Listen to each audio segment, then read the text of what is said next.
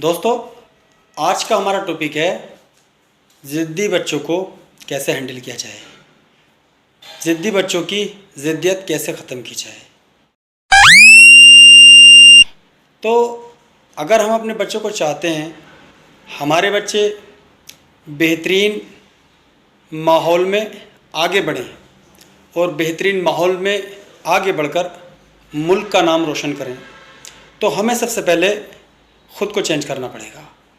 हम अपने घरों के अंदर उसूल बनाने होंगे, ऐसा माहौल बनाना होगा कि बच्चे जो हैं हमारे उसूल में रहें और कानूनों का पालन करते रहें। तो ज़िद्दी बच्चों की कुछ निशानियां होती हैं।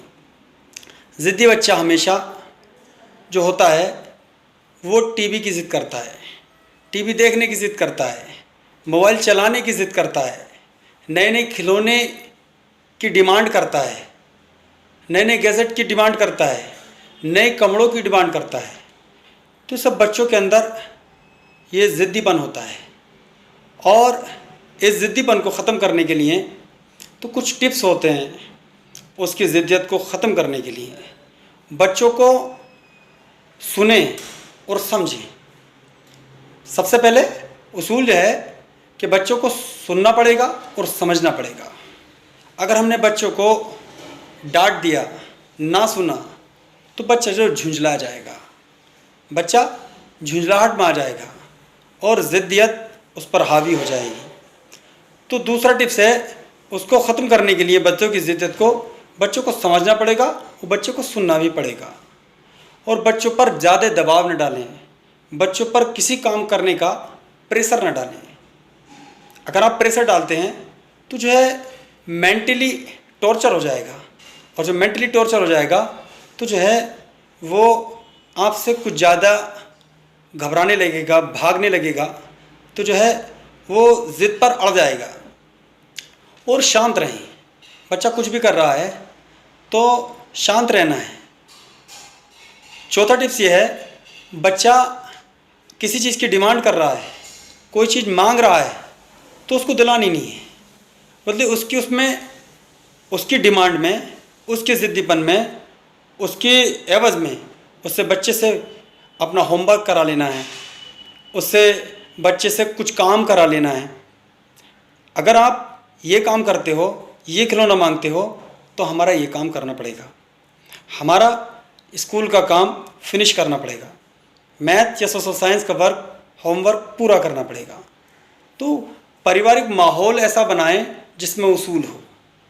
पारिवारिक माहौल जब बन जाएगा कि आपने बच्चों से कह दिया कि आपको जो है रात में 10 बजे तक सो जाना है, जब तक बड़े नहीं सोएंगे तो उसूल नहीं बनेगा, माहौल नहीं बनेगा। और आप भी, बड़े भी, घर के बड़े भी अगर सो जाते हैं रात के 10 बजे, तो बच्चे को हर वक्त ये रहेगा कि हमारे घर का माहौल जो है 10 बजे सोने का है। तो बच्चा उसूल का, ज़िद्दी बच्चा उसूल का पाबंद होता है, अनुशासन का पालन करता है, डिसिप्लिन वाला होता है।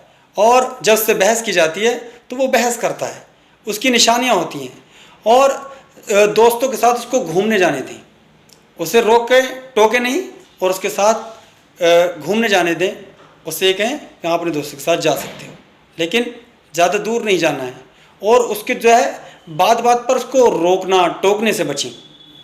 बात बात पर उसको रोकना नहीं है, टोकना नहीं है, क्योंकि ज़िद्दी बच्चे को आपने रोक दिया या टोक दिया तो उसमें बहस करने का एक अजीबोगरीब जो है बहस करने का तरीका होता है। तो वहाँ पर बहस करने लगेगा, आपसे क्वेश्चन आंसरिंग करने लगेगा, तो उससे बहस ना करें। वो गलत के बारे में उसे बतलाएं कि क्या गलत होता है, क्या सही होता है। क्या आप ये काम करते हो तो ये गलत है, और ये काम नहीं करते हो तो ये गलत है। तो उसे गलत बात के बारे में बताएं, अच्छे बुरे के बारे में बताएं। जब तक आप अगर बच्चों से, ज़िद्दी बच्चे से आप बहस करने लगे, टोकने लगे, तो जो है बच्चे में ज़िद्दीपन ख़त्म नहीं होगा। तो ज़िद्दी बच्चा जो होता है अनुशासन का पालन करता है, डिसिप्लिन का पालन करता है।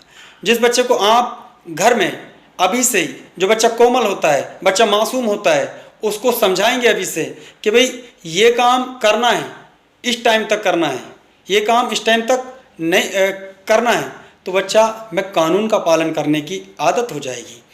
तो बच्चा जो है ज़िद्दी बच्चा जो है डिसिप्लिन का पालन करता है, और उससे आप अगर बहस करते हैं, उस पर अगर उसकी बातों को रोकते हैं, टोकते हैं, और जैसे उसने नए कपड़ों की ज़िद की तो उससे उस नए कपड़ों के एवज़ में उससे जो बच्चे से जो है अपने कुछ काम करा लेने हैं कि ज़िद्दी बच्चों की निशानियाँ क्या होती हैं, ज़िद्दी बच्चों को कैसे हैंडल करना होता है, ज़िद्दी बच्चों को कैसे बेहतरीन माहौल में उनकी ज़िद्दियत को ख़त्म किया जाता है।